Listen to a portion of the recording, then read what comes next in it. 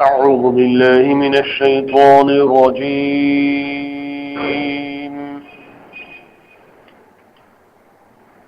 بسم الله الرحمن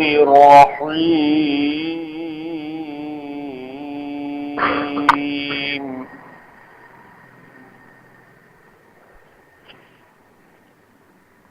وآية لهم الأرض الميتة أحييناها وأخرجنا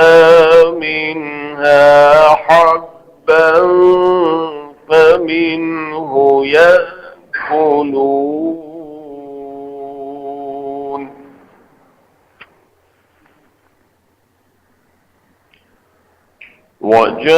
وجعلنا فيها جنات من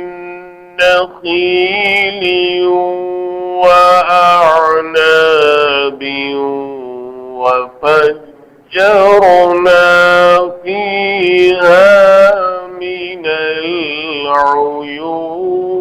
العيون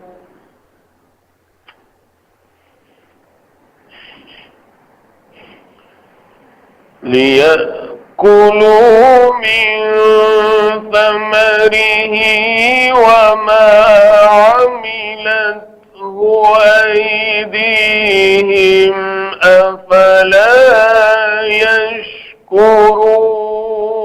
يشكرون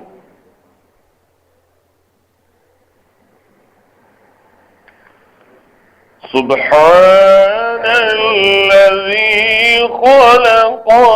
الأزواج كلها مما تنبت الأرض ومن أنفسهم ومما لا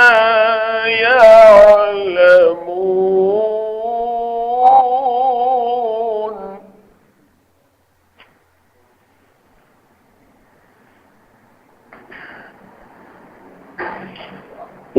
وآية لهم الليل نسلخ منه النهار فإذا هم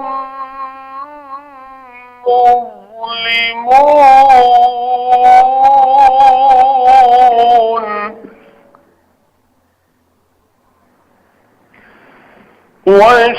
والشمس تجري لمستقر لها ذلك تقدير العزيز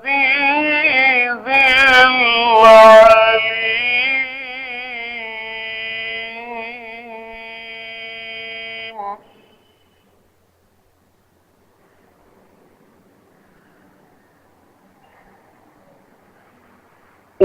والقمر قدرناه منازل حتى عاد كالعرجون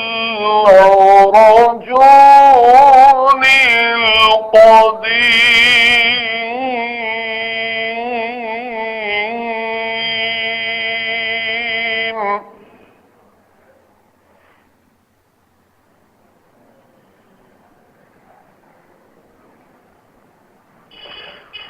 لا الشمس ينبغي لها أن تدرك القمر ولا الليل سابق النهار وكل في فلك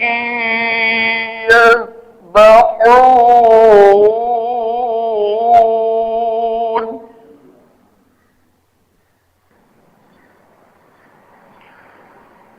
وآية لهم أنا حملنا ذريتهم زينتهم في الفلك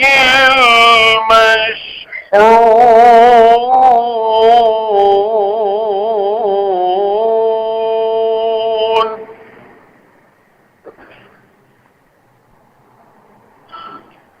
وخلقنا لهم من مثله ما يركبون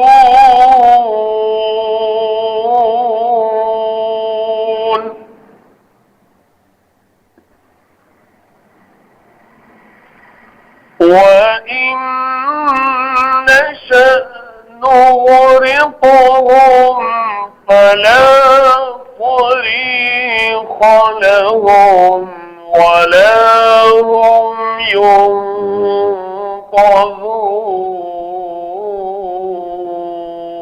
ينقذون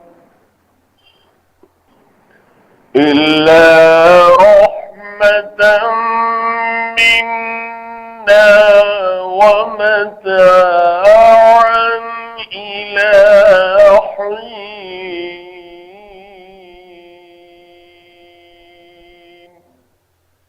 صدق الله العظيم۔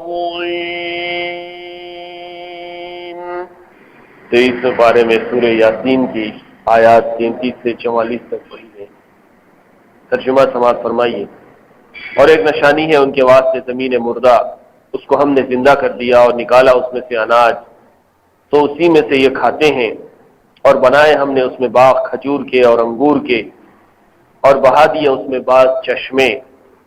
کہ کھائیں اس کے میووں سے، اور اس کو بنایا نہیں ان کے ہاتھوں نے، پھر کیوں شکر نہیں کرتے۔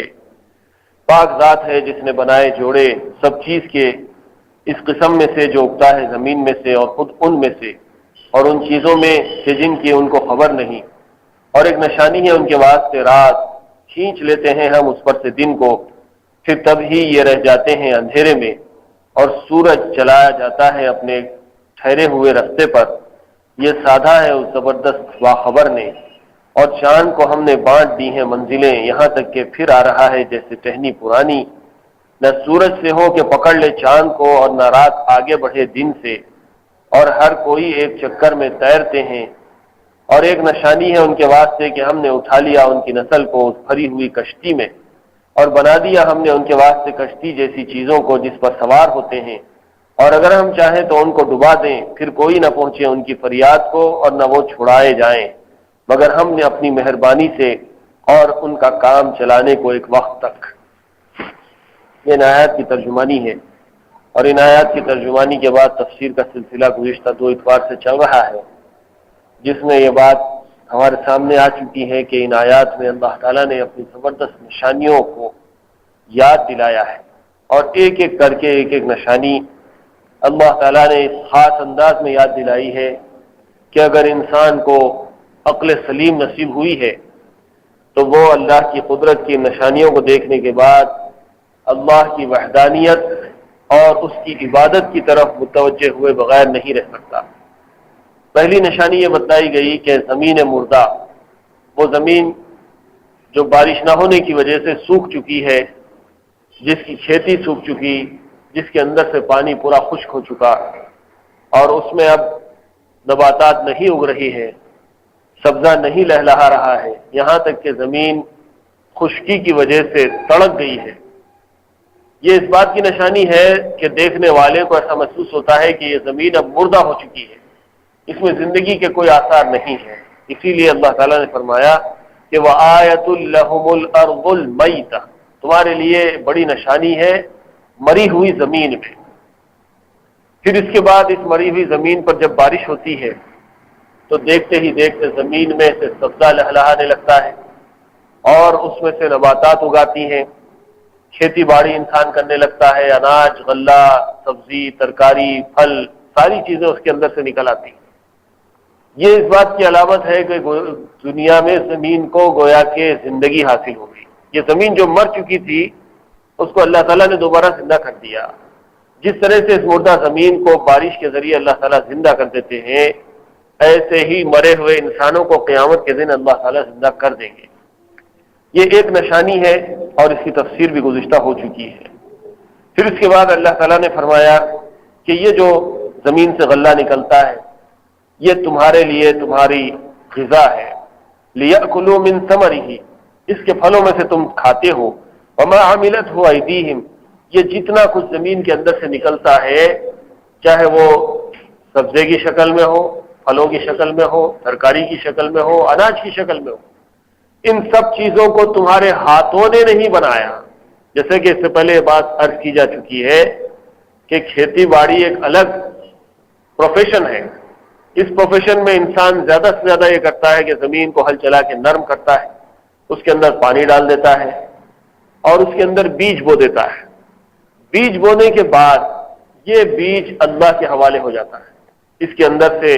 پودا نکلنا، پھر وہ زمین کو پھاڑ کے اپنی کوپل نکالنا، پھر اس کے اندر نشو و نما ہونا اور اس میں مختلف قسم کے پھل، اناج وغیرہ ساری چیزیں نکلنا، یہ سب کام اللہ کی طرف سے ہے۔ اس لیے اللہ تعالیٰ نے فرمایا کہ یہ سب بنانے والے تمہارے ہاتھ نہیں ہے، تم نے اس کو نہیں بنایا۔ انسان اپنے ہاتھوں سے بہت سی چیزیں بناتا ہے لیکن وہ آرٹیفیشل ہوتی ہیں، نیچرل نہیں ہوتی۔ آرٹیفیشل چیزوں کے لیے انسان کو بڑی بڑی انڈسٹریز قائم کرنی پڑتی ہیں، لیکن کوئی بتا سکتا ہے کیا کوئی گیہوں کی انڈسٹری ہے، کیا کوئی چاول کی انڈسٹری ہے، کیا کوئی اور غلے کی انڈسٹری ہے، کیا کوئی بھاجی ترکاری کی انڈسٹری ہے جو مشینوں میں ڈال کر بھاجی بنا دی گئی، ترکاری بنا دی گئی، اناج بنا دیا گیا، پھل بنا دیا گیا، سیب اگا دیا گیا، انناس اگا دیا گیا، مختلف قسم کے پھل، یہ سب بنانے والی ذات تو صرف اللہ کی ہے۔ اس لیے اللہ تعالیٰ نے فرمایا کہ وَمَا عَمِلَتْهُ أَيْدِيهِمْ أَفَلَا يَشْكُرُونَ، تمہارے ہاتھوں میں تو یہ بنانے کی صلاحیت نہیں ہے، لیکن تم پھر اللہ کا شکر کیوں نہیں کرتے؟ سبحان الذی خلق الازواج کلھا، پاک ہے وہ ذات جس نے ہر چیز کے جوڑے بنائے، مما تنبت الارض ومن انفسہم، ہر اس چیز میں اللہ نے جوڑے بنائے ہیں جو زمین سے اگتی ہے، اور تمہاری ذات میں بھی اللہ تعالیٰ نے تمہارے جوڑے بنائے، مرد و عورت آپس میں ایک دوسرے کے جوڑے ہیں، اسی طرح جانوروں کے اندر جوڑے اللہ نے رکھے ہیں، اور پودوں کے اندر بھی اللہ تعالیٰ نے جوڑے رکھے ہیں، اور اسی سے دنیا میں پودوں کی بھی نسلیں آگے بڑھتی ہیں، انسانوں کی، جانوروں کی نسلیں بھی آگے بڑھتی ہیں۔ وَمِمَّا لَا يَعْلَمُونَ، اور ایسی کئی اشیاء ہیں جس کے اللہ تعالیٰ نے جوڑے بنائے ہیں لیکن اس کے بارے میں تم کو علم بھی نہیں۔ انسان چاہے کتنی بھی معلومات حاصل کر لے، اس کی نالج کتنی ہی بڑھ جائے، لیکن اللہ تعالیٰ کی نالج کے مقابلے میں اس کی نالج کوئی حیثیت نہیں رکھتی۔ وَمِمَّا لَا يَعْلَمُونَ وَآيَةٌ لَهُمُ اللَّيْلُ، اور رات کے اندر بھی تمہارے لیے نشانی ہے، نَسْلَخُ مِنْهُ النَّهَارَ فَإِذَا هُمْ مُظْلِمُونَ۔ زمین کی جو اصل کیفیت ہے وہ اندھیرے کی ہے، اس پر جو روشنی آتی ہے وہ سورج کی روشنی ہے، زمین کی اپنی ذاتی روشنی کچھ نہیں ہے۔ تو یہ جو روشنی سورج کی آئی ہوئی ہے، جب سورج غروب ہو جاتا ہے تو گویا کہ روشنی ایک کھال کی طرح کھینچ لی گئی ہے، اور جو اصلیت ہے زمین کی اندھیرا وہ نمایاں ہو جاتا ہے، اور پھر اس کے بعد دوسرا دن جب آتا ہے تو پھر اسی زمین کی اندھیرے کے اوپر جیسے کھال چڑھا دی گئی، یعنی کہ اجالا آ گیا اس کے اوپر۔ تو یہ اجالے کا آنا جانا یہ بھی اللہ کی بڑی نشانیاں ہیں، اور رات میں بھی اللہ کی نشانی ہے۔ وَالشَّمْسُ تَجْرِي لِمُسْتَقَرٍّ لَهَا، اور سورج جو ہے یہ اپنے مستقر کے اوپر چل رہا ہے، جاری ہے، یہ موومنٹ میں ہے، اس کے اندر بھی گردش ہے، یہ اپنے مدار میں اپنی آربٹ پہ گردش کر رہا ہے، اور یہ گردش کرتے کرتے چلتے چلتے اپنے مستقر کی طرف رواں دواں ہے، اپنی منزل کی طرف جا رہا ہے، اس کا اپنا ایک ڈیسٹینیشن ہے، اپنا گول ہے، اس کی طرف یہ دوڑ رہا ہے۔ اور یہاں پر آ کر ہمارا یہ تفسیر کا سلسلہ رکا ہوا تھا جس میں بتایا گیا تھا کہ اللہ کے رسول صلی اللہ علیہ وسلم نے اس آیت کی تفسیر میں یہ بیان کیا کہ ہر روز صبح سورج جب طلوع ہوتا ہے تو اللہ کے عرش کے نیچے سجدہ کرتا ہے، پھر اللہ تعالیٰ سے اجازت مانگتا ہے کہ میں طلوع ہوں یا نہ ہوں، تو اللہ کی طرف سے اس کو حکم ملتا ہے طلوع ہونے کا تو وہ طلوع ہوتا ہے، اور جب غروب ہوتا ہے تو پھر یہ چلتے چلتے دوڑتے دوڑتے دن بھر کا سفر طے کر کے غروب کے وقت پھر اللہ کے عرش کے نیچے پہنچ جاتا ہے، اور وہاں جا کر اللہ تعالیٰ کو سجدہ کرتا ہے۔ اسی طرح سے روزانہ سورج کی یہ گردش کا سلسلہ جاری و ساری ہے۔ اللہ کے رسول صلی اللہ علیہ وسلم نے اسی طرح کی ایک اور روایت میں فرمایا کہ قیامت کی نشانیوں میں سے ایک نشانی، بڑی نشانی یہ ہے کہ کہ قیامت کے قریب سورج مشرق کے بجائے مغرب سے طلوع ہوگا۔ جب مغرب کے وقت اللہ کے عرش کے نیچے پہنچ جائے گا اور دوسرے دن طلوع ہونے کے لیے اللہ تعالیٰ سے اجازت طلب کرے گا تو اللہ تعالیٰ اس دن اس کو طلوع ہونے کی اجازت نہیں دیں گے اور اس کو حکم ہوگا کہ وہ واپس پلٹ جائے۔ جب وہ واپس پلٹنے کا حکم پائے گا تو مشرق کے بجائے مغرب سے طلوع ہوگا۔ یہ قیامت کی بڑی نشانیاں ہیں، اور اللہ کے رسول صلی اللہ علیہ وسلم نے فرمایا کہ جب سورج مغرب سے طلوع ہوگا تو یہ توبہ کے اور کفر کے بعد ایمان لانے کا دروازہ بند ہو جائے گا۔ ایمان لانے کا دروازہ بند ہو جائے گا اور گناہوں سے توبہ کرنے کا دروازہ بند ہو جائے گا۔ اس طرح آگاہ کر کے اللہ کے رسول صلی اللہ علیہ وسلم نے متنبع کیا، وارننگ دی کہ لوگوں کو چاہیے کہ ایسا وقت آنے سے پہلے پہلے اپنے گناہوں سے توبہ کر لیں۔ ذالک تقدیر العزیز العلیم، یہ ایک زبردست اور جاننے والے کی طرف سے مقرر کردہ حدیں ہیں۔ سورج کے سجدہ کرنے، مشرق اور مغرب سے طلوع ہونے اور غروب ہونے کی جو باتیں ہیں، اس سلسلے میں بڑی تفصیلی یہاں بحث کی گئی ہے۔ قرآن و حدیث کے ساتھ سائنسی مشاہدات کے پیش نظر اس ٹاپک کو بہت زیادہ طول دی گئی ہے۔ جو لوگ دلچسپی رکھتے ہیں وہ اس مضمون کو جب سماعت کریں گے تو ان کو اندازہ ہوگا کہ قرآن مجید میں جو باتیں کہی گئی وہ احادیث کے ذریعے سے سمجھی جاتی ہیں، اور قرآن و حدیث کے ذریعے سے جو باتیں سمجھائی گئی ہیں، یہ ساری چیزیں جیسے جیسے سائنس ترقی کرے گی، انسان کا عقل و شعور اپنی ارتقائی منازل کو طے کرے گا، ترقی کرتا جائے گا، تو سائنس جو ہے قرآن و حدیث کو صحیح ثابت کرتی چلی جائے گی۔ یہاں پر یہ بحث اس طرح سے شروع ہوتی ہے۔ سجود شمس یعنی آفتاب کے زیر عرش سجدہ کرنے کی تخصیص۔ ان روایات سے حدیث سے معلوم ہوتا ہے کہ مستقر سے مراد مکانی مستقر ہے، یعنی وہ جگہ جہاں آفتاب کی حرکت کا ایک دورہ پورا ہو جائے۔ ایک سرکل کا جو سٹارٹنگ پوائنٹ ہے، دائرے کا جو ابتدائی نقطہ آغاز ہے، وہاں سے سورج نے اپنی گردش کو شروع کیا، اور یہ شروع کر کے پھرتے پھرتے روزانہ ایک دور پورا کر کے پھر اسی پوائنٹ پہ آ جاتا ہے، تو اس کا ایک دورہ پورا ہو جاتا ہے۔ گویا کہ 24 گھنٹے پورے ہو گئے، اس نے ایک دور پورا کر لیا۔ اور یہ بھی معلوم ہوا کہ وہ جگہ تحت العرش ہے، جہاں سے سورج نے اپنی گردش کا آغاز کیا وہ اللہ کے عرش کے نیچے سے آغاز کیا، اور پھر وہ دورہ کرتے کرتے اللہ کے عرش کے نیچے پہنچ جاتا ہے، وہاں سجدہ کرتا ہے، اللہ تعالیٰ سے اجازت طلب کرتا ہے۔ جب اجازت مل جاتی ہے تو اپنے دوسرے دور کا آغاز کرتا ہے، پھر وہاں پہنچ کر اللہ تعالیٰ کے سامنے سجدہ کر کے اگلے دورے کی اجازت مانگتا ہے۔ اجازت ملنے پر دوسرا دورہ شروع کرتا ہے۔ لیکن واقعات و مشاہدات اور حیت فلکیات کے بیان کردہ اصول کی بنا پر اس میں متعدد قوی اشکالات ہیں۔ سائنس کے اصولوں کے تحت اگر ان آیات کو، ان حدیث کو سنا جائے تو بہت سے ڈاؤٹس ذہن میں آتے ہیں۔ پہلا ڈاؤٹ یہ ہے کہ یہ عرش رحمان کی جو کیفیت قرآن و سنت سے سمجھی جاتی ہے وہ یہ ہے کہ تمام زمینوں اور آسمانوں کے اوپر محیط ہے۔ یہ زمین اور سب آسمان، مے سیارات اور نجم کے سب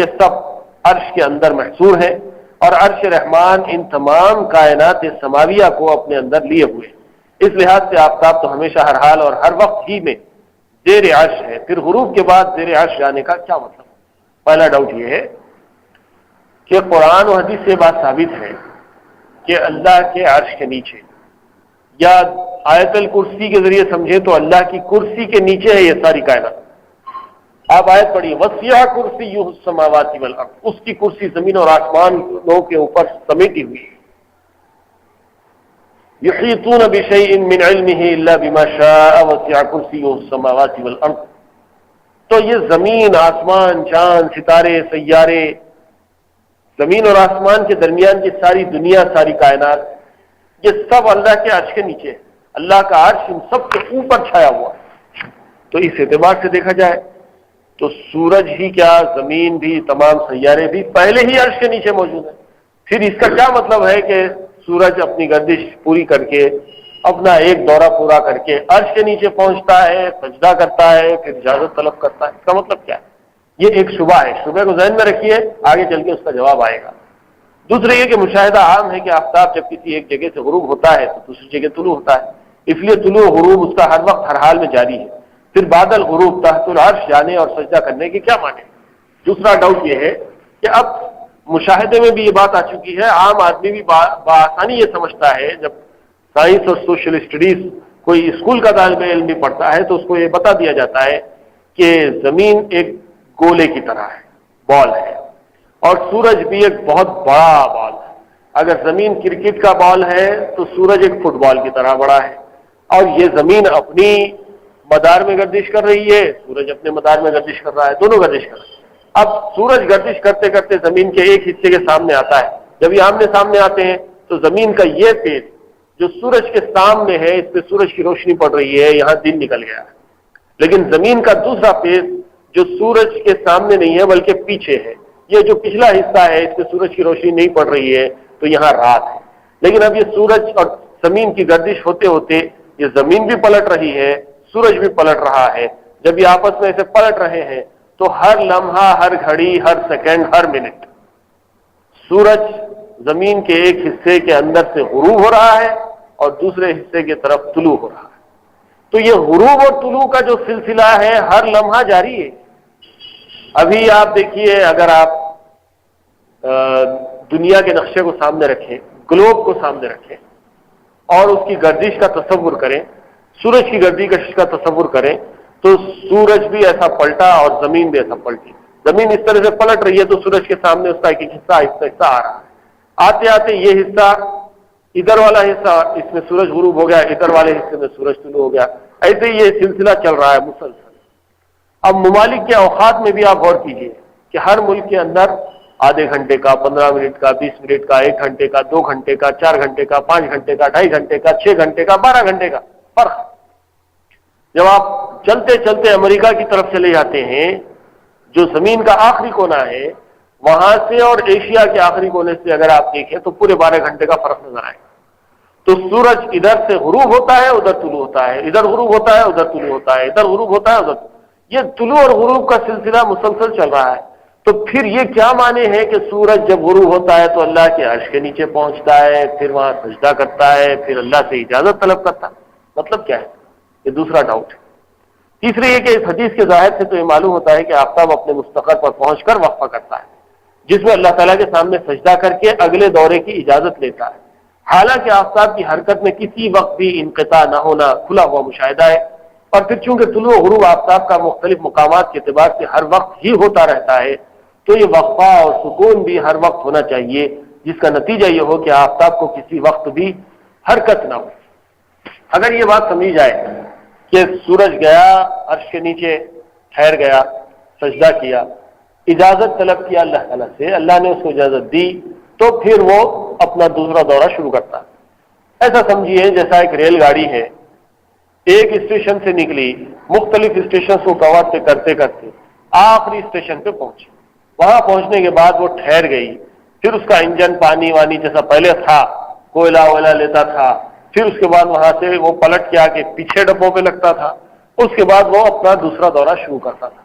کیا سورج کا بھی یہی معاملہ ہے کہ وہ ٹھہر گیا، اللہ کو سجدہ کیا، پھر اجازت طلب کیا، پھر وہاں سے دوسرا دور شروع کیا؟ کیا ایسا ہی معاملہ ہے؟ اگر ایسا ہے تو پھر سورج جہاں آ کے اپنی منزل پہ ٹھہر گیا اور سجدہ کیا، اللہ سے اجازت طلب کیا، تو کچھ دیر اس میں وقفہ ہونا چاہیے، کچھ دیر ٹھہر جانا چاہیے۔ اور اگر یہ ٹھہرا ہوا ہے تو زمین کے ہر حصے سے ہر لمحہ اس کا غروب ہونا ہے، تو ہر لمحہ جب غروب ہوتا جا رہا ہے تو ہر لمحہ ٹھہرتا جا رہا ہے، ہر لمحہ ٹھہرتا جا رہا ہے تو ہر لمحہ سجدہ کر رہا ہے، ہر لمحہ اجازت طلب کر رہا ہے۔ تو پھر یہ صورتحال ہے تو سورج ہر لمحہ ٹھہرا ہوا ہونا چاہیے، ہر لمحہ سجدہ کرتا ہوا ہونا چاہیے، ہر لمحہ اجازت طلب کرتا ہوا ہونا چاہیے۔ اگر ایسا ہے تو پھر سورج میں گردش ہی ختم ہو جائے۔ یہ ایک تیسرا شبہ ہے۔ ان اشکالات صرف فنون ریاضی اور فلکیات ہی کے نہیں، مشاہدات اور واقعات کے، جن سے صرف نظر نہیں ہو سکتا، اور فنی اعتبارات سے فلک الافلاک کے تابع آفتاب کی یومیہ حرکت اور آفتاب کا چوتھے آسمان میں مرکوز ہونا، جو سائنسی نظریہ ہے، جس کے خلاف اس سے پہلے بھی فیثاغورس نے اس نظریے کی مخالفت کی تھی، اور آج کل کی نئی تحقیقات نے بطلیموسی نظریے کی غلطی اور فیثاغورس کے نظریے کی صحت کو قریب و یقین کر دیا،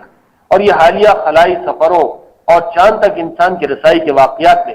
اتنی بات تو یقینی کر ہی دی ہے کہ تمام سیارات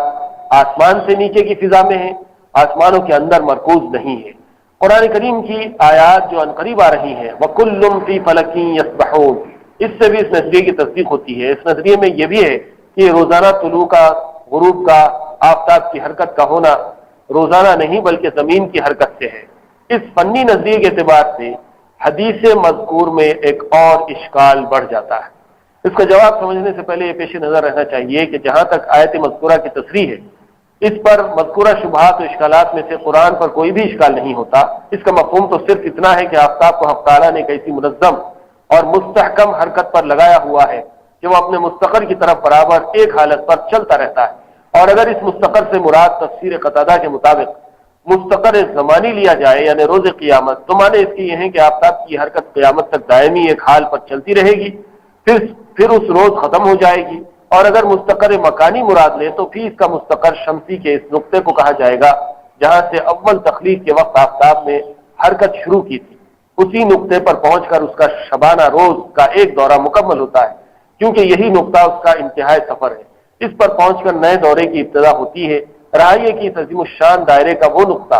کہاں اور کون سا ہے جہاں سے آفتاب کی حرکت ابتدائے آفرینش میں شروع ہوئی؟ قرآن کریم اس قسم کی فضول بحثوں میں انسان کو نہیں الجھاتا جس کا تعلق اس کے کسی دینی یا دنیاوی فائدے سے نہ ہو۔ یہ اسی قسم کی بحث ہے، اس لیے اس کو چھوڑ کر قرآن کریم نے اصل مقصد کی طرف توجہ دلائی، اور وہ مقصد حق تعالیٰ کی قدرت و حکمت کاملہ کی خاص مظاہر کا بیان ہے کہ اس جہان میں سب سے بڑا اور سب سے روشن ترین قرہ آفتاب کا ہے، وہ بھی خود بخود بن گیا ہے، اور نہ خود بخود اس کی کوئی حرکت پیدا ہوئی ہے نہ وہ باقی رہ سکتی ہے۔ وہ اپنی اس شبانہ روز کی حرکت میں ہر وقت حق تعالیٰ کی اجازت و مشیت کا تابع ہے اور چلتا رہتا ہے۔ ایک طویل بحث ہے یہاں پر۔ ان تمام شبہات کو ذہن میں رکھتے ہوئے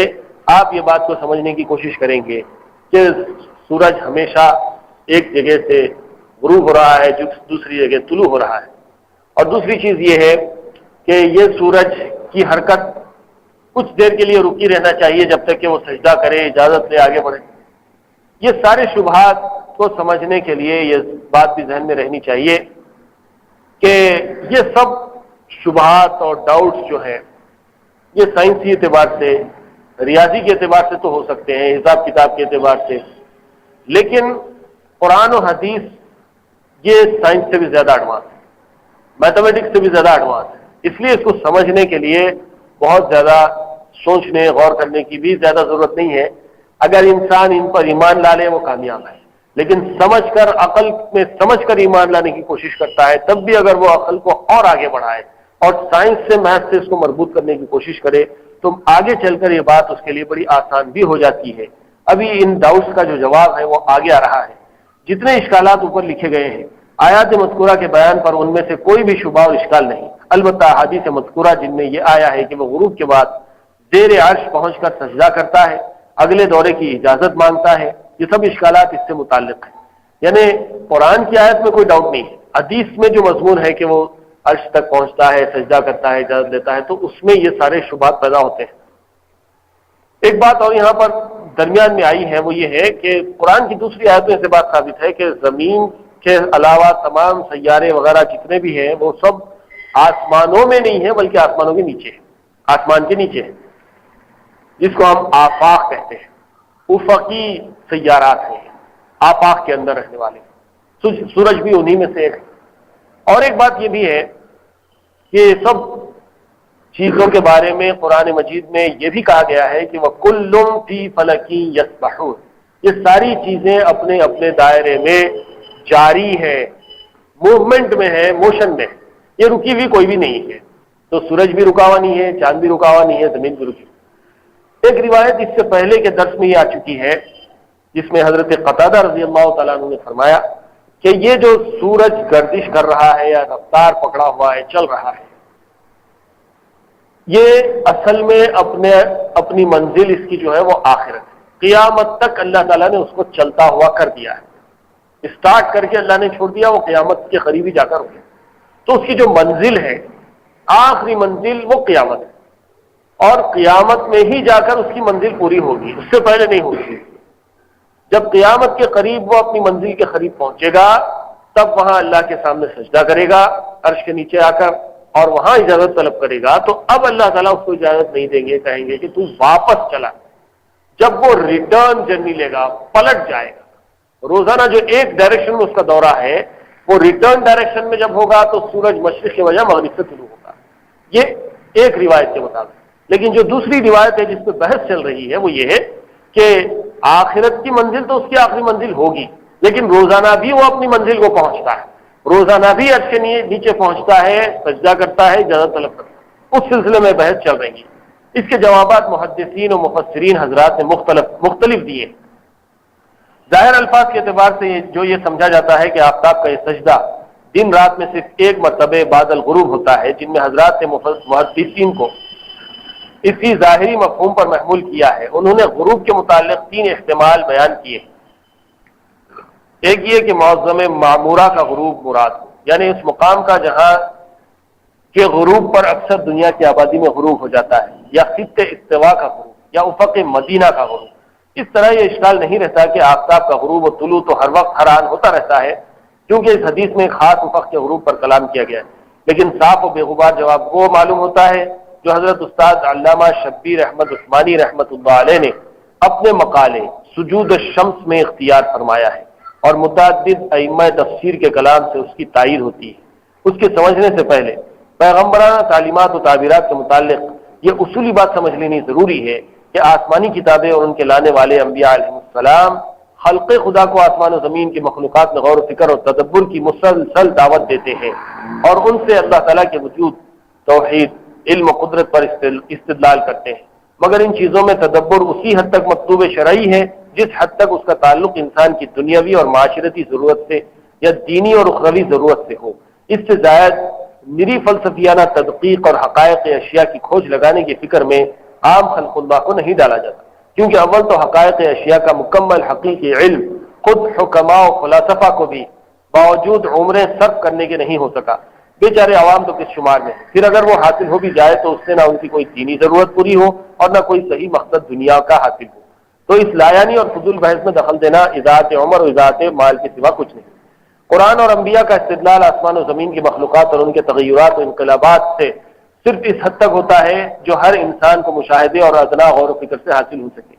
فلسفہ اور ریاضی کی فنی تدقیقات جو صرف حکماء علماء ہی کر سکتے ہیں، نہ ان پر استدلال کا مدار رکھا جاتا ہے، نہ ان میں غور و خوض کی ترغیب دی جاتی ہے، کیونکہ خدا تعالیٰ پر ایمان اور اس کے پیغام پر عمل ہر انسان کا فرض ہے، عالم ہو یا جاہل، مرد ہو یا عورت، شہری ہو یا دیہاتی، کسی پہاڑ اور جزیرے میں رہتا ہو، کسی متمدن شہر میں۔ اس لیے پیغمبرانہ تعلیمات عوام کی نظر اور ان کی عقل و فہم کے مطابق ہوتی ہیں، جن میں کسی فنی مہارت کی ضرورت نہ ہو۔ یہ دین کا ایک بنیادی اصول بیان کیا گیا ہے، اگرچہ کہ بحث تو جاری ہے، لیکن درمیان میں ایک بنیادی اصول یہ بتایا گیا ہے کہ چاہے سورج کا اصل نقطۂ آغاز یا اس کا آخری منزل اس کی جو ہے وہ روزانہ کی ہو یا آخرت کی ہو، انسان کو جس چیز کی طرف غور و فکر کرنے کی دعوت دی گئی ہے وہ صرف ظاہری آثار ہے۔ عام انسان اپنی جگہ ٹھہرے ٹھہرے غور کرے۔ اب ہم حیدرآباد میں ہیں، یا پھر قرآن مجید جب مدینے اور مکے میں نازل ہو رہا تھا تو مکے اور مدینے والے اپنے اپنے افق پر غور کریں کہ جس طرح سورج اب مدینے کے اندر آ کے غروب ہو گیا تو وہاں پر یہ سمجھ لو کہ سورج اللہ کے عرش کے نیچے پہنچ کر اللہ کے سجدہ کیا، اس کی ضرورت ہے۔ مکے والوں کے لیے بھی یہی، حیدرآباد والوں کے لیے بھی یہی، دنیا کے ہر خطے کے رہنے والوں کے لیے اصل اصول یہی ہے۔ چاہے سائنس اور آگے کی معلومات اور انسان کی ایڈوانس نالج یہ بتاتی ہو کہ یہاں سے غروب ہو کر وہاں طلوع ہو گیا، لیکن اب اس کو صرف اسی حد تک سمجھنا چاہیے کہ ہمارے پاس سے وہ غروب ہو گیا ہے تو یہ کام ہو رہا ہے، یہ بنیادی بات ہے۔ اب وہ سائنسی تحقیقات کا جواب تو آگے آ رہا ہے۔ یہ جو سورج کا طلوع و غروب ہے، اس سے دو چیزیں ہیں۔ ایک تو اس کے اپنے مقام پر جہاں انسان رہتا ہے، دن ختم ہو گیا، رات شروع ہو گئی، جب سورج طلوع ہوا تو رات ختم ہو گئی، دن آ گیا۔ بس اس کو اسی حد تک احکامات ہیں کہ جب یہ رات اور دن تبدیل ہو رہے ہیں تو سورج کے طلوع اور غروب سے اس مقام کا جو وقت ہے، وہاں کا جو ٹائم ہے، اسی ٹائم کے اعتبار سے سورج غروب ہوا تو مغرب کی نماز پڑھے گا، پوری طرح غروب ہو گیا اور اندھیرا چھا گیا تو عشاء پڑھے گا۔ پھر جب صبح ہو رہی ہے، ابھی سورج کی کرنیں آسمانوں پر ہیں، زمین پر نہیں آئی ہے، صبح صادق کا وقت ہے تو اب وہ فجر پڑے گا۔ پھر جب سورج پوری طرح سے طلوع ہو گیا، آگے آ گیا اور اپنی درمیانی منزل کے آگے بڑھ گیا، ظہر کا وقت شروع ہو گیا تو ظہر پڑے گا، پھر ایسے ہی عصر اور مغرب۔ تو اس مقام کے اعتبار سے سورج کی یہ جو گردشیں ہیں، ان کے جو اوقات ہیں، اس اعتبار سے اس کے اوپر احکامات ہیں، انہی احکامات کے مطابق وہ نمازیں ادا کرے گا۔ پھر جب ایک دن مکمل ہوا تو ایک تاریخ آگے بڑھی، جب یہ دن اور تاریخ آگے بڑھیں گے تو مہینے آگے بڑھیں گے، جب مہینے آگے بڑھیں گے تو رمضان اسی اعتبار سے آئے گا، حج کا مہینہ اسی اعتبار سے آئے گا، رمضان کے روزے اسی اعتبار سے ہوں گے، حج اسی اعتبار سے ہوگا۔ اب دوسری جگہ جب سورج طلوع ہو رہا ہے تو وہ لوگ بھی اپنے مقام کے اعتبار سے سورج کے طلوع اور غروب کے حساب سے نمازیں ادا کریں گے، دن اور مہینوں اور سالوں کا حساب رکھیں گے، زکوٰۃ اسی اعتبار سے ادا کریں گے، حج اسی اعتبار سے کریں گے، روزے اسی اعتبار سے رکھیں گے۔ اصل مقصد یہ ہے اس کا بیان کرنے کا۔ اب رہا یہ مسئلہ کہ سورج کس طرح سے جا کر عرش کے نیچے سجدہ ریز ہوتا ہے، کس طرح سے اجازت طلب کرتا ہے، اس کی بحث تو ابھی آگے آ رہی ہے۔ نماز کے اوقات کی پہچان، سمت قبلہ کا تعین کرنا، مہینوں سالوں تاریخوں کا ادراک، ان سب چیزوں کا علم ریاضی کے حسابات کے ذریعے بھی حاصل ہو سکتا ہے، مگر شریعت اسلام نے ان میں سے کسی چیز کا مدار ریاضی کی فنی تحقیقات پر رکھنے کے بجائے عام مشاہدات پر رکھا ہے۔ مہینے اور سال اور ان کی تاریخیں قمری حساب سے رکھی، چاند کے ہونے نہ ہونے کا مدار صرف رؤیت ہلال اور مشاہدے پر رکھا، روزے، ایام حج اور اسی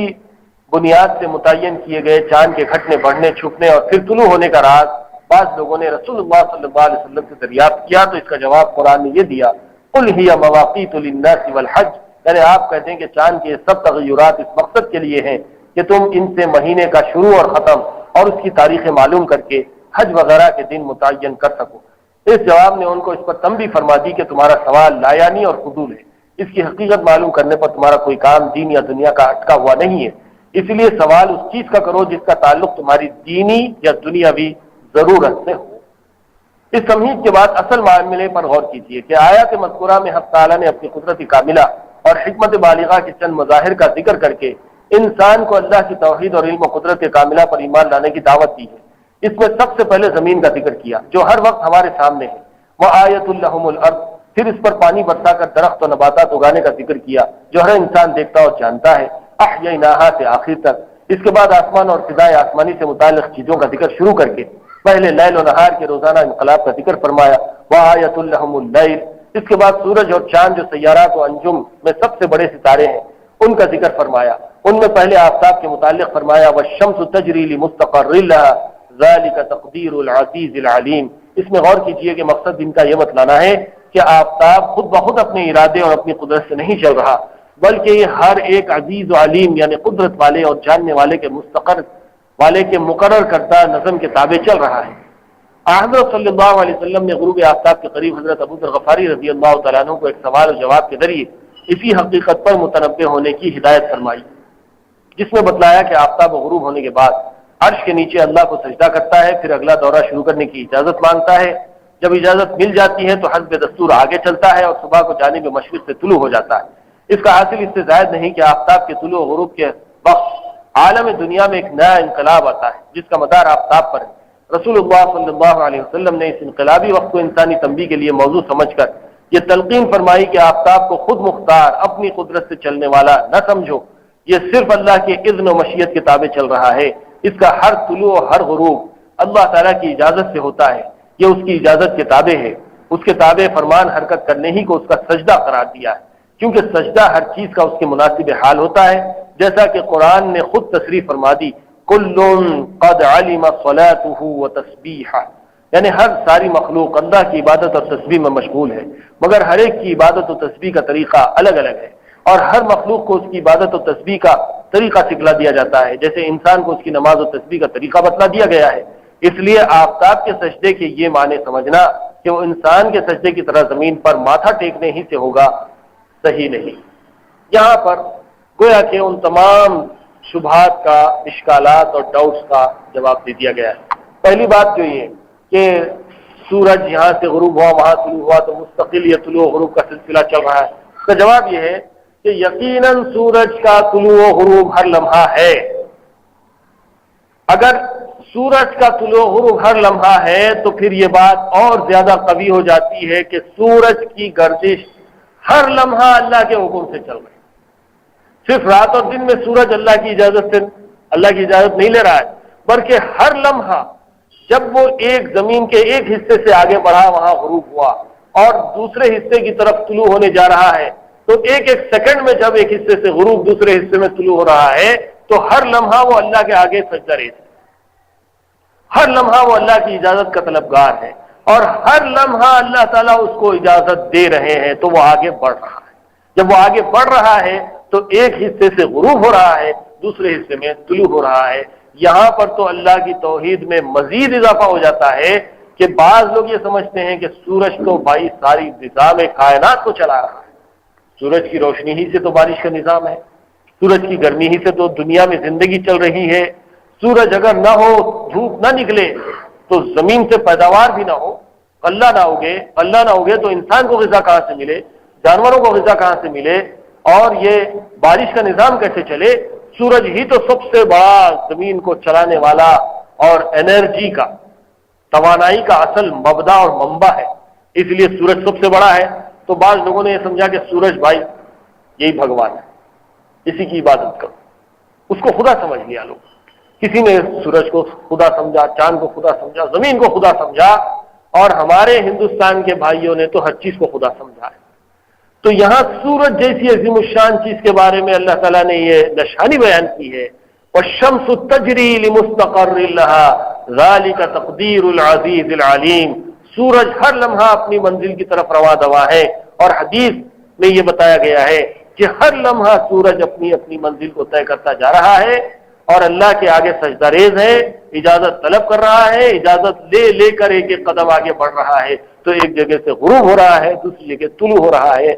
یہ ہمیشہ اللہ کے آگے سجدہ ریز ہے۔ پھر سورج کے سجدے کے متعلق بات صاف کر دی گئی، کیا سورج ہماری طرح کیا نماز بچھا کر اللہ اکبر ٹھہر کر اللہ اکبر بول کے سجدے میں جا رہا ہے پھر اللہ اکبر بول کے اٹھ رہا ہے؟ نہیں، اللہ تعالیٰ نے ہر مخلوق کے لیے عبادت کا طریقہ ان کو سکھا دیا، اور اس میں یہ بتا دیا گیا ہے کہ کل قد علم صلاته وتسبیحہ، ہر چیز کو اللہ تعالیٰ نے ان کی نماز اور ان کی تسبیح کا طریقہ سکھلا دیا۔ پرندے اپنی بولی میں اللہ کی حمد و ثنا اور تسبیح بیان کر رہے ہیں، جانور اپنی بولی میں، کیڑے مکوڑے اپنی بولی میں، اور انسان اپنی بولی میں۔ انسان کو اللہ تعالیٰ نے اپنی مرضی کے مطابق تسبیح کرنے کا اور اللہ سے دعا کرنے کا، عبادت کرنے کا، رکوع اور سجدہ کرنے کا طریقہ انبیاء کے ذریعے سے سکھلا دیا، لیکن دیگر مخلوقات کو بھی اللہ تعالیٰ نے خود بخود ان کا طریقہ عبادت سکھا دیا۔ اب سورج اگر سجدہ کرتا ہے تو سورج جانتا ہے کہ وہ اللہ کے آگے کیسا سجدہ کرے، اور وہ اپنے اللہ کے سکھائے ہوئے طریقے کے مطابق اللہ کے آگے سجدہ کرتا بھی ہے، اجازت لیتا بھی ہے، آگے بڑھتا بھی ہے، اور یہ سب کام کرنے کے لیے اس کو ٹھہرنے کی ضرورت نہیں، وہ چلتے چلتے یہ سب کچھ کام کر رہا ہے، آٹومیٹک یہ سب کام ہو رہا ہے۔ اور آج کی سائنسی دنیا جو اتنی ترقی یافتہ ہو گئی ہے، اس کو یہ ساری چیزیں سمجھنا کوئی بھی مشکل کام نہیں ہے۔ کئی چیزیں انسان کی بنائی ہوئی ہیں جو آٹومیٹک کام کر رہی ہیں، بغیر رکے کے خود بخود چل رہی ہیں۔ اب مثال لیجیے الیکٹرانک گھڑی کی یا کمپیوٹر کی، اس کے اندر جو گھڑی ہوتی ہے، کمپیوٹر آپ نے آف کر دیا، ایک الیکٹرانک گھڑی ڈیجیٹل آپ لا کے رکھے ہیں، جب لائٹ کھلتی ہے تو ڈیجٹس اس کے چمکنے لگتے ہیں، اور لائٹ بند ہو جاتی ہے تو گھڑی تو بند ہو گئی۔ گھڑی بند ہو گئی کا مطلب کیا اس کا ٹائم رک گیا؟ نہیں رک رہا ٹائم۔ جیسے لائٹ کھلی، گھڑی کھل گئی، تو اب جو ٹائم چل رہا ہے وہ برابر چل رہی ہے۔ کمپیوٹر کی گھڑی کا یہی حال ہے، ہمارے موبائل کی گھڑیوں کا یہی حال ہے۔ موبائل میں جو گھڑی ہے، آپ کئی بار موبائل کو سوئچ آف کرتے ہیں، آن کرتے ہیں، بعض موبائلز میں گھڑی کو ملانا پڑتا ہے، لیکن جو ایڈوانس موبائلز ہیں اس میں گھڑی رکتی نہیں، آپ بیٹری نکال لیجئے، سم نکال لیجئے، کچھ بھی کر لیجئے، اس کی گھڑی چلتی رہتی ہے۔ جب یہ گھڑیاں ایسے چلتی ہیں تو سورج کے لیے بھی یہ بات اللہ نے آسان کر دی کہ وہ چلتے چلتے بغیر رکے کے اللہ کے آگے سجدہ بھی کرتا ہے اور اللہ سے اجازت بھی طلب کرتا ہے، اور وہ آگے بھی بڑھتا ہے۔ اس کو یہ سب کام کرنے کے لیے رکنے کی اور ٹائم لینے کی ضرورت نہیں ہے، بریک لینے کی ضرورت نہیں، بغیر بریک لیے وہ چل رہا ہے۔ یہ بات بالکل صاف ہو گئی۔ اور جبکہ قرآن و سنت کی تصریحات کے مطابق عرش خداوندی تمام آسمانوں، سیاروں، زمینوں پر محیط ہے، تو یہ ظاہر ہے کہ آفتاب ہر وقت ہر جگہ زیر عرش ہی ہے، اور جبکہ تجربہ شاہد ہے کہ آفتاب جس وقت ایک جگہ غروب ہوتا ہے تو دوسری جگہ طلوع بھی ہوتا ہے، اس لیے اس کا ہر لمحہ طلوع و غروب سے خالی نہیں، تو آفتاب کا زیر عرش رہنا بھی دائمی اور ہر حال میں۔ دوسرا ایک شبہ یہ بھی تھا کہ یہ جو کہا گیا کہ وہ عرش کے نیچے پہنچتا ہے اور سجدہ کرتا ہے، پھر دوسری طرف یہ بات ہے کہ ساری کائنات عرش کے نیچے ہی ہے، تو جب عرش کے نیچے ہی ہے تو سورج ہمیشہ عرش کے نیچے ہے اور ہر لمحہ ہمیشہ اس کو اجازت لینے کی ضرورت ہے، تو جب جب اس کو ضرورت ہے تو عرش کے نیچے ہے تیار، تو اب وہ سجدہ کرے اجازت لے تو اس میں ڈاؤٹ کی کیا بات ہے؟ وہ تو ہے ہی عرش کے نیچے، تو اب عرش کے نیچے ہے اور سجدہ کر رہا ہے، اجازت لے رہا ہے، آگے بڑھ رہا ہے۔ یہ ہمیشہ کا اصول ہے اور یہ کنٹینیو پروسیس ہے، غروب و طلوع ہونا بھی ہر حال میں ہے۔ اس لیے حاصل مضمون حدیث کا یہ ہوا کہ آفتاب اپنے پورے دورے میں زیر عرش اللہ کے سامنے سجدہ ریز رہتا ہے۔ اب یہ بات سمجھ میں آئی ہے کہ ہمیشہ سورج سجدہ ریز ہی ہے، سجدہ ریز رہتا ہے، یعنی اس کی اجازت اور فرمان کے تابع حرکت کرتا ہے، اور یہ سلسلہ اسی طرح قریب قیامت تک چلتا رہے گا، یہاں تک کہ قیامت کے بالکل قریبی علامات ظاہر ہونے کا وقت آ جائے گا تو آفتاب کو اپنے مدار پر اگلا دورہ شروع کرنے کے بجائے پیچھے لوٹ جانے کا حکم ہو جائے گا اور وہ پھر مغرب کی طرف سے ہی طلوع ہو جائے گا۔ جب سورج اپنا فارورڈ جرنی جاری رکھا ہوا ہے تو ٹائم پہ ہر جگہ طلوع غروب ہو رہا ہے۔ جب قیامت کے قریب جو حدیث میں آیا ہے کہ سورج مغرب سے غروب ہوگا تو اس وقت اللہ تعالیٰ اس کو آگے بڑھنے کی اجازت نہیں دیں گے، بلکہ کہیں گے کہ تو واپس ہو جا۔ تو اب وہ یہ ڈائریکشن میں سمجھیے کہ کلاک وائز ڈائریکشن میں اگر گردش کر رہا ہے تو اب اللہ کی اجازت سے وہ جب پلٹ جائے گا تو اس کا ڈائریکشن الٹا ہو جائے گا، اینٹی کلاک وائز ڈائریکشن میں وہ اپنا سفر جاری کرے گا۔ جب وہ anticlockwise reverse direction میں آئے گا تو ہر جگہ سے وہ مغرب سے طلوع، جیسے ہر جگہ اب طلوع غروب چل رہا ہے ویسے ہی پوری دنیا میں اب جہاں جہاں وہ اس کا غروب تھا وہاں سے وہ طلوع ہونا شروع ہو جائے گا، تو پلٹ جائے گا سورج، اس طرح سے اس کی گردش کا ڈائریکشن ہی بدل جائے گا۔ اور وہ وقت وہ ہوگا جب توبہ کا دروازہ بند ہو جائے گا، کسی کا ایمان اور توبہ اس وقت مقبول نہیں ہوگا۔ خلاصہ یہ ہے کہ غروب آفتاب کی تخصیص اور اس کے بعد زیر عرش جانے اور وہاں سجدہ کرنے اور اگلے دورے کی اجازت مانگنے کے جو واقعات اس روایات میں بتلائے گئے ہیں وہ پیغمبرانہ مؤثر تعلیم کے مناسب بالکل عوامی نظر کے اعتبار سے ایک تمثیل ہے۔ نہ اس سے لازم آتا ہے کہ وہ انسان کی طرح زمین پر سجدہ کرے، نہ وہ سجدہ کرنے کے وقت آفتاب کی حرکت میں کچھ وقفہ ہونا لازم ہے، اور نہ یہ مراد ہے کہ وہ دن رات میں صرف ایک ہی سجدہ کسی خاص جگہ جا کر کرتا ہے، اور نہ یہ کہ وہ صرف غروب کے بعد تحت العرش جاتا ہے، بلکہ اس انقلابی وقت میں جبکہ سب عوام یہ دیکھ رہے ہیں کہ آفتاب ہم سے غائب ہو رہا ہے، اس وقت بطور تمثیل ان کو اس حقیقت سے آگاہ کر دیا گیا ہے کہ جو کچھ ہو رہا ہے وہ در حقیقت آفتاب کے زیر عرش تابع فرمان چلتے رہنے سے ہو رہا ہے۔ آفتاب خود کوئی قدرت و طاقت نہیں رکھتا، تو جس طرح اس وقت اہل مدینہ اپنی جگہ محسوس کر رہے تھے کہ اب آفتاب سجدہ کر کے اگلے دورے کی اجازت دے گا، اسی طرح جہاں جہاں وہ غروب ہوتا جائے گا سب کے لیے یہی سبق حاصل کرنے کی تلقین ہو گئی، اور حقیقت معاملے کی یہ نکلی کہ آفتاب اپنے مدار پر حرکت کے درمیان ہر لمحہ اللہ تعالیٰ کو سجدہ بھی کرتا ہے، آگے چلنے کی اجازت بھی مانگتا رہتا ہے، اور اس سجدہ اور اجازت کے لیے اس کو کسی سکون اور وقفے کی ضرورت نہیں ہوتی۔ اس تقریر پر حدیث مذکورہ میں نہ مشاہدات کی روح سے کوئی شبہ ہوتا ہے، نہ قواعد حیت اور ریاضی کے اعتبار سے، اور نہ نظام شمسی اور حرکت سیارات میں کسی تحقیق کے صحیح یا غلط ہونے کی وجہ سے۔ دونوں صورتوں میں حدیث مذکورہ پر کوئی شبہ اور اشکال باقی نہیں رہتا۔ رہا یہ سوال کہ حدیث مذکور میں جو آفتاب کا سجدہ کرنا، اگلے دورے کی اجازت طلب کرنا مذکور ہے، یہ کام تو حیات اور علم و عقل کا ہے۔ آفتاب و ماہتاب بے جان بے شعور مخلوقات ہیں، ان سے یہ افعال کیسے صادر ہوئے؟ تو اس کا جواب قرآن کی آیت وَإِن مِّن شَيْءٍ إِلَّا يُسَبِّحُ بِحَمْدِهِ کے تحت میں آ چکا ہے کہ ہم ان چیزوں کو بے جان اور بے عقل و بے شعور سمجھتے ہیں، وہ بھی در حقیقت روح اور جان اور عقل و شعور کا ایک خاص حصہ رکھتے ہیں، البتہ ان کی حیات اور عقل و شعور انسان و حیوان کے مقابلے میں کم اور اتنی کم ہے کہ عام احساسات اس کا ادراک نہیں کر سکتے، مگر اس کی نفی پر بھی کوئی شرعی یا عقلی دلیل موجود نہیں، اور قرآن مجید نے آیت مذکورہ میں ان کا دی حیات اور دی عقل و شعور ہونا ثابت کر دیا ہے، نئی تحقیقات نے بھی اس کو تسلیم کیا ہے۔ قرآن حدیث کی مذکورہ تصریحات سے یہ بات واضح طور پر ثابت ہوئی کہ شمس و قمر دونوں متحرک ہیں، ایک میعاد کے لیے چل رہے ہیں، اس سے نئے نظریے کی نفی ہوتی ہے جو آفتاب کی حرکت کو تسلیم نہیں کرتا، اور جدید سائنسی تحقیقات نے خود بھی اس کو غلط ثابت کر دیا ہے۔ وَالْقَمَرَ قَدَّرْنَاهُ مَنَازِلَ حَتَّى عَادَ كَالْعُرْجُونِ الْقَدِيمِ، یہ آیت کا ایک دوسرا حصہ ہے۔ اب تک کہ سورج کی گردش کے اوپر بحث تھی، آگے چاند کی گردش پر بحث ہے، انشاءاللہ ایک نیا چیپٹر یہاں سے شروع ہوگا، وہ آئندہ اتوار کو پورا کیا جائے گا۔ اللہ تعالیٰ سے دعا ہے کہ اللہ تعالیٰ ہم سب کو قرآن مجید کے پڑھنے، سمجھنے اور عمل کرنے کی توفیق عنایت فرمائے۔ وآخر دعوانا ان الحمد للہ رب العالمین۔ الحمد للہ رب العالمین۔ اللهم صل على سيدنا محمد وعلى آل سيدنا محمد وبارك وسلم۔ ربنا ظلمنا أنفسنا وإن لم تغفر لنا وترحمنا لنكونن من الخاسرين۔ ربنا فاغفر لنا ذنوبنا وكفر عنا سيئاتنا وتوفنا مع الأبرار۔ اللهم ارحمنا بالقرآن العظيم واجعله لنا إماما ونورا وهدى ورحمة۔ اللهم ذكرنا منه ما نسينا وعلمنا منه ما جهلنا، وارزقنا تلاوته آناء الليل وآناء النهار، واجعله لنا حجة يا رب العالمين۔ سبحان ربك رب العزة